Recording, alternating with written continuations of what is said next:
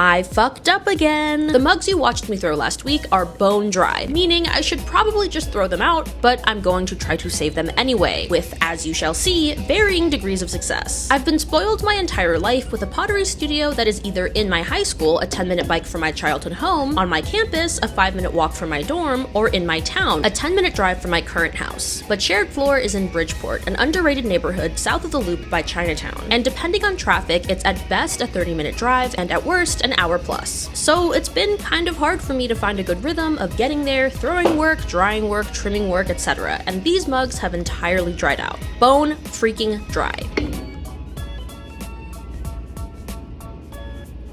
I know. Boo freaking who. Your commute to work is no longer the length of All Too Well with the outro shaved down. I do know people who commute a full 2 hours to work every single day, which is just an awful way to spend 4 of your 24 hours and basically rolls out the red carpet for depression and existential dread. My commute is entirely reasonable, but, leave me your podcast recommendations in the comments anyway. I've listened to Malcolm Gladwell's stuff, Dear Hank and John, The Adventure Zone, and a bunch of NPR podcasts, so just give me some recommendations based on that, please and thank you.